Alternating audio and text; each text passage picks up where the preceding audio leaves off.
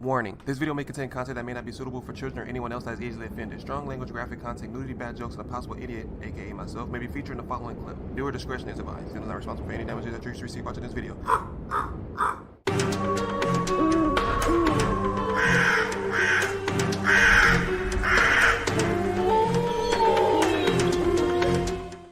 Hey, what's up, y'all? It's Zems, and welcome to the doc. It's part of the MrBallen's Scare-a-thon, part 11. If you haven't already, be sure you swoop down to that description box, hit that subscribe button, hit that like button. Thank you guys so much for the recent support. I greatly appreciate it, man. We're so close to 800 subscribers. Keep liking, keep that same energy, and let's keep moving forward. I was going to post a Sideman reaction, but I got home late from work, so that's going to be tomorrow's video. But again, if you're a fan of the strange, dark, and mysterious, delivered in story format, please head over to MrBallen's channel, or you can take a shortcut down to the description box, click on the link to go watch the original video, and subscribe to this channel. Let's get it!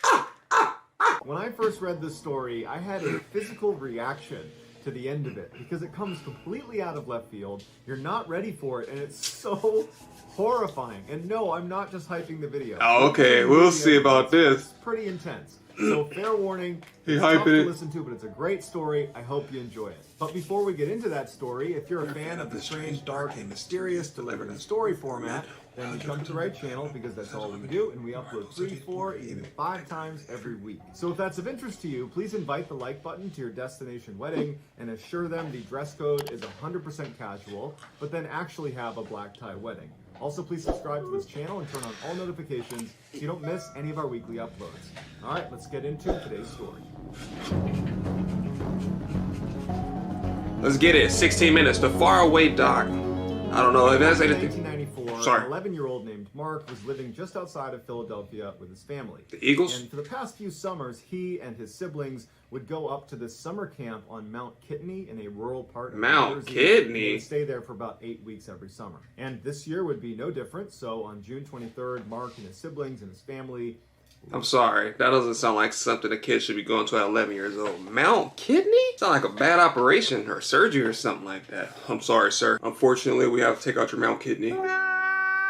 Loaded up the minivan, and they began their 2.5-hour commute up to Mount Kidney. When they arrived, the parking lot is filled with parents dropping off their kids, and there's already a batch of campers that had arrived already that are coming down to meet the new campers. And in the middle of all of this chaos, one of Mark's friends from the previous summer, his name was Kyle, he was the same age as Mark, he saw Mark and he runs down and he excitedly tells Mark that they had been placed in the same cabin this year. And so Mark is thrilled. The summer is already off to a great start. Kinda So for the next sus. hour or so, Mark and his siblings and Kyle, they began moving all of their stuff up to the cabins. And then at some point, all the parents left, and all the campers were instructed to head over to the big dining hall where the camp director and some of the camp counselors were going to go over expectations and scheduling over the next few days. So Mark and Kyle make their way over to the dining hall.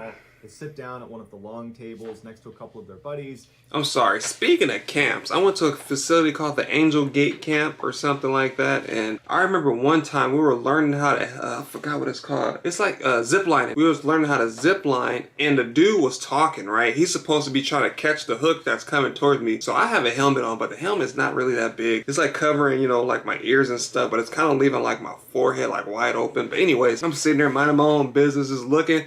The zip line hook comes.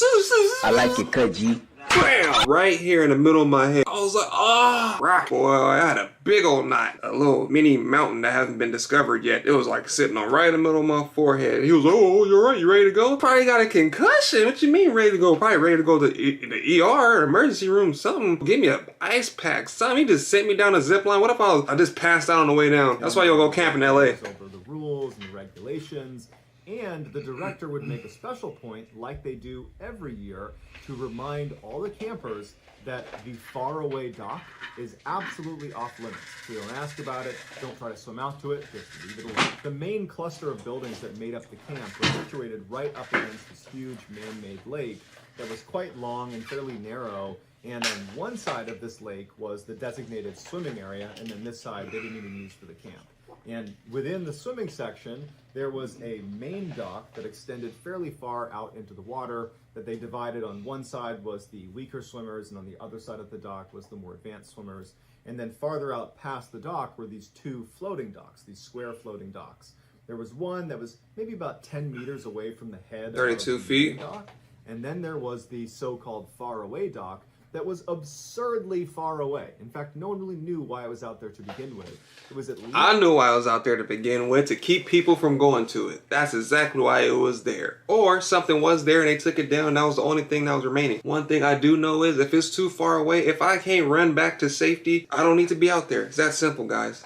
You're with Survival Man Zems. How many times I gotta tell you guys this? I'm the one that taught Bear Grylls. I'm the one that taught Steve. 100 meters away from the head of the main dock, there were lots of conspiracy theories about why the faraway dock was actually off limits, because the camp staff never actually explicitly said what their reasoning was for not allowing anyone to go near it. Red flag. They said it was very dangerous. Most campers believed it was just because the faraway dock was so far away. It was a dangerous swim to be making, even for an experienced swimmer. Other campers had heard a rumor that years earlier, someone had swam out and then gotten sucked underneath. There was apparently some suction underneath this dock, and they got sucked underneath and they drowned. And then the most outlandish conspiracy theory was the dock was not actually a dock at all. It was a lid that was covering over a secret tunnel that went into the lake. But regardless of whichever conspiracy theory the campers... I like the first one. The faraway dock had developed a very spooky reputation, and they did not need to be told twice to not go near it. No one's going near it. Well, unless you're Kyle. Or unless you Zems, boy. I would have walked over there like, what's good? After the director and some of the counselors had gone up and spoken, the campers were allowed to finish their meal. And then that's Stranger Things? Mark and Kyle no, what movie was that? They start walking back. They go into their cabin. They're getting set up in their bed. Their two other cabin mates come in, and they're all kind of chatting and joking around. And at some point, they turn off the lights and they want to go to bed. And after a little while, after the lights have been turned off in the cabin and everyone's trying to sleep, Kyle breaks the silence by saying, "Hey guys, I really want to swim out to the faraway dock this summer." Now, Mark and the other two that were in there with Kyle had heard Kyle say this before. He talked incessantly the summer before about wanting to swim out to the faraway dock, but he never did, and he really never showed any serious attempt at wanting to go out there. And so when he's saying this now, they're not taking him seriously at all. And so they kind of laughed and said, "Yeah, it's pretty creepy, that dock out there. I wonder why we can't go out there." And they kind of had a quick discussion about, the various hot theories around why you can't go out there. Not his friend no more. They just kind of wrote it off and went to sleep. We're no longer friends. Mark and Kyle got up and began their walk over to the dining hall to get some breakfast. And on the walk, Kyle says to Mark, "Hey, I want to swim out to the faraway dock today at lunch. Will you come with me?" And so to this point, Mark has only ever heard Kyle talk about the faraway dock and going to it in theory. There's never been a timestamp of this is when we're going to do it. And all of a sudden, Mark's thinking, Kyle might be serious. He might actually want to do this. And so Mark looks at Kyle and he's like, "Are you sure that's a good idea? Because I know there's lots of theories about why we can't go out there, but it's pretty clear the camp counselor and the director believe it's a dangerous place." And listen to your friends, okay? You get it. We got the curious people. I'm a little curious cookie myself sometimes. My mom be like, "Hey, don't go in that jar." Maybe I went into the jar. Maybe I took a couple of cookies. Which, I don't know. Maybe I didn't take any cookies. Maybe I just ate the chocolate chips out of them. Some things you just can't be curious about. If you're going to be curious, at least go in a pack of 10. Maybe 9. Just anything above 3 or 4, man. You have to kind of think. 2 of those people probably want to run. 1 might stay with you, but probably won't help you if something did go down. So just take about 10 people. Somebody in that 10 is going to help you. I don't believe that. My dad told me that dock is probably just rotting, and that's why they don't want us to be on it. Your dad's about to get you clapped. Jumping on it, and we stay towards the edge of the dock on the main beams, we should be fine. At this point, Mark wants to convince Kyle not to do it, so he takes another approach. And he goes, "Well, Kyle, what about the swim out there? I mean, that's a difficult swim, and, you're not the best swimmer. You don't got no boats?" And Kyle shrugs, and he's like, "We'll just take some pool noodles, and we'll take our time going out there, and hey, if I start drowning, you can just rescue me." Mark started to get the sense that this was going to happen whether he participated or not, and Mark's thinking to himself, if he goes and he's successful at getting out to the faraway dock and I basically back out because I'm too scared to go, I'm going to have a whole summer of living that down and spending all my time with this guy who's going to rub it in my face. And so Mark didn't know what else to say to Kyle, and he just says, "All right, if you go, I'll go with you." So Mark and Kyle go in. He's a good friend, but no. Afterwards, they split up because they each had different activities that morning, and so they don't see each other for a couple of hours. And then it comes to be lunchtime, and Mark knows this is the time they were going to swim out to the faraway dock, and he's hoping as he's walking towards the dining hall that somehow Kyle's forgotten or has changed his mind. And as he gets right in front of the dining hall, he hears Kyle yell his name, and he looks to the side of the building. There was this big forest right next to the dining hall, and he sees Kyle, and he's got his bathing suit on and his pool noodle in hand. He's got an extra one as well. And next to Kyle are his two other cabin mates, who also have bathing suits on and are also holding pool noodles. Mark's pretty disappointed at this point, because now it's really happening. He had put on his bathing suit, so he's ready, and he walks over to Kyle and his other two cabin mates, and the whole time he's kind of hoping that a camp counselor or one of the directors will see him. Yeah, me too. I'm hoping they see him too. They see this is how Jason Voorhees died, bro. Where are the staff at? Where's the counselors, bro? Where y'all at? Where's Fred, Daphne, Velma? Where's anybody at? No, nobody's watching these kids. Y'all know they want to sneak out and do something. Like, we're kids. I would have snuck out this. I probably wouldn't swim across no river to some dock, but I would have probably snuck an extra couple of marshmallows, dinged on a ditch or something, scare somebody. But damn, you have to swim across the river? And stop them from doing what they're about to do. And so he's kind of lake, taking whatever. his time, looking over his shoulder, trying to be extra suspicious as he walks across this field. Look at me, I'm doing something bad. I hope no one catches me.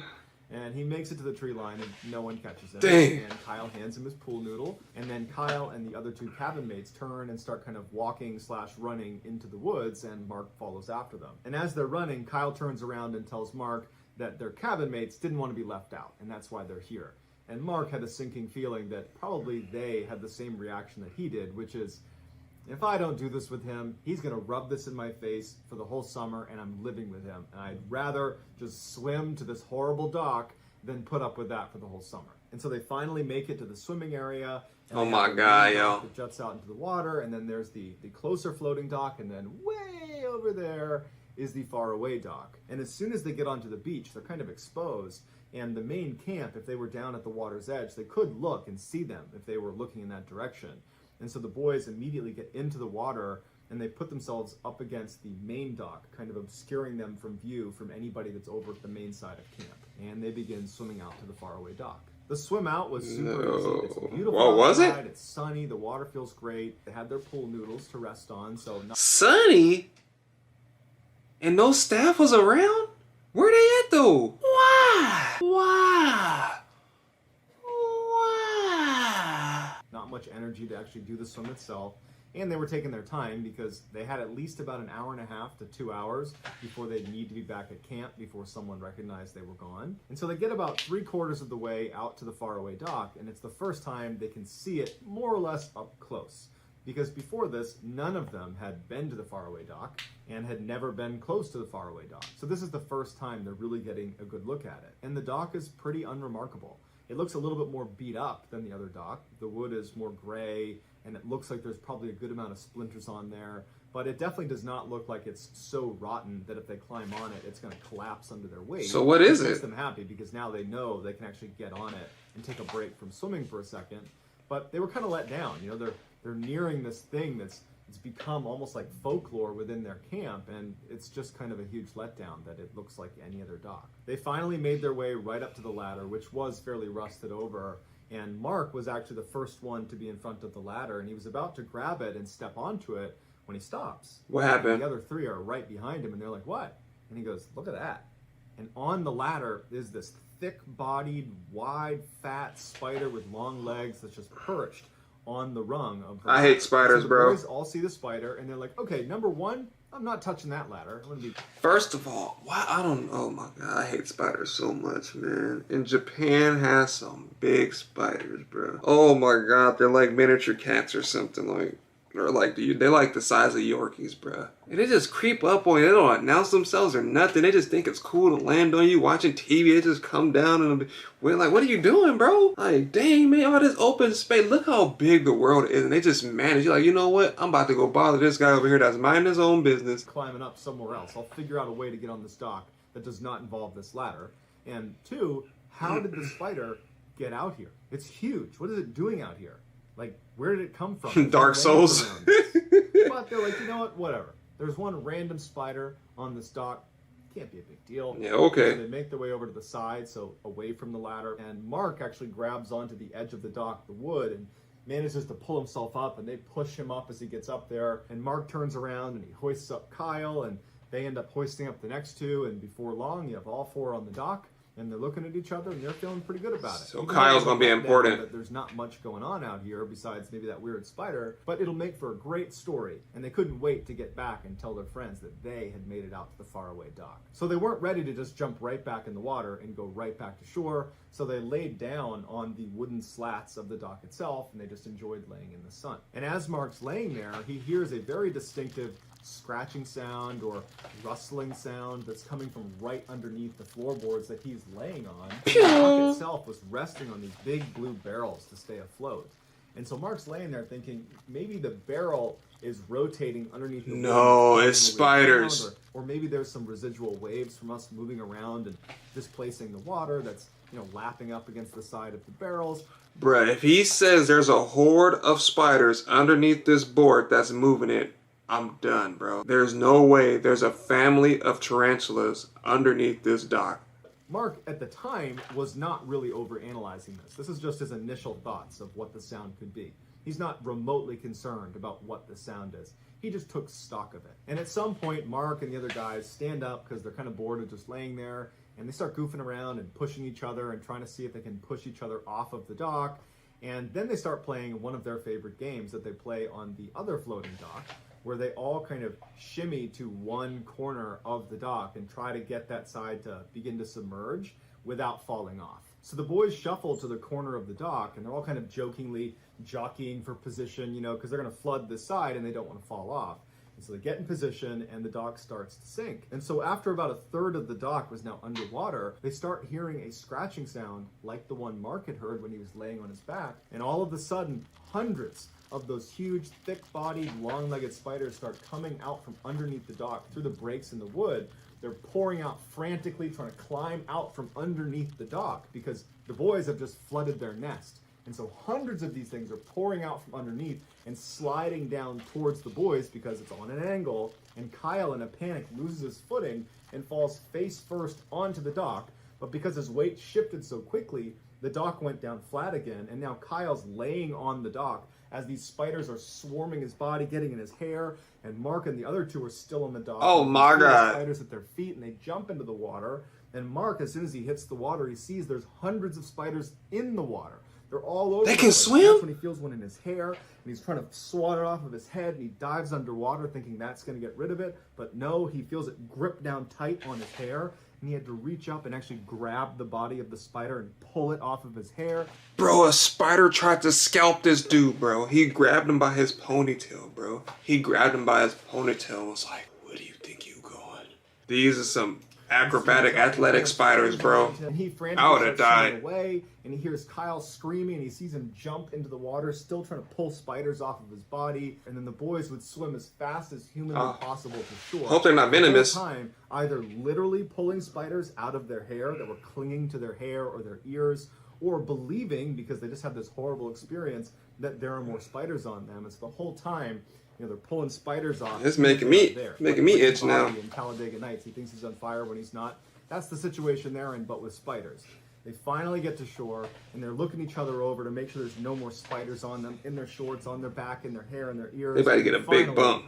All the spiders are gone, and they're safe again. Mark said he'll never get over the trauma of this horrifying event. And he says what really gets to him is when he thinks about when he was laying on his back on the dock, and the other three were doing the same thing, and he heard that rustling, that scratching sound. That was the sound of hundreds of these massive spiders that were. Oh my God! Just look at it underneath the dock. Not the spider, but the dock spider, and they're named that because they make their home in docks. Because they dock hunt spider. Fish, small fish, insects as well, and they have the ability to run on water. They have this waxy substance in their legs that keeps them from sinking, and they can even jump on water and then land again on water to avoid. Bro, these are 8-legged Sonics, bro. You can jump and land on water. You can run on water, bro? When is this new? Is this a new species? And they can go underwater for up to 30 minutes. Oh my God. 30 minutes? Air on their hairy arms and underneath their bellies, and they breathe that while they're underwater. And so these spiders identify. Oh my God, bro. I'm making it itch. To live, and they must have ran out on the water to this dock and then made a home underneath, and then no one's disturbing them, so they flourished. Later on, Mark would find out from one of the camp counselors that the real reason the faraway dock was off limits, the reason that they didn't want anyone going out there, is because they discovered the faraway dock was a breeding ground for these dock spiders. And they tried to get rid of them, but they kept coming back. And so after a number of failed attempts, they finally just gave the faraway dock to the dock spiders. And the reason they don't tell the campers about it is because they don't want to scare them. And so that's that. I hope you enjoyed today's story. If you found the secret in today's episode, please tell us what it is in the comments section and give us the timestamp where it's located in the episode. And if you're the first to do that, we'll pin you at the top of the comments section. If you enjoyed today's video and you haven't done this already, please invite the like button to your destination wedding and tell them it is totally 100% casual dress code, but then actually have a black tie wedding. Also, please subscribe to our channel and turn on all notifications so you don't miss any of our 3, 4, even 5 weekly uploads. If you want to get in touch with me, you can direct message me on Instagram or on Twitter. My username for both platforms is the same. It's just JohnBallen416. I also have a ton of content over on TikTok where my username is MrBallen. If you have a story suggestion, please submit it to our subreddit just called Mr. Ballin. It's linked in the description below. So whether I see you on Twitter, Instagram, TikTok, Reddit, YouTube, some combination, just know that I really appreciate your support. And until next time, that's going to do it.